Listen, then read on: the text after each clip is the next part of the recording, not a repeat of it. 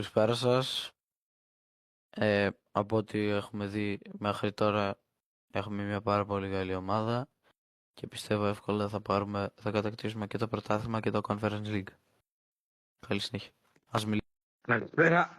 Περίμενε. Τραβάτε. Ναι. Πρώτη ημέρα στην ομάδα, δεύτερη βασικά, μια νίκη φανταστική με 8 γκολς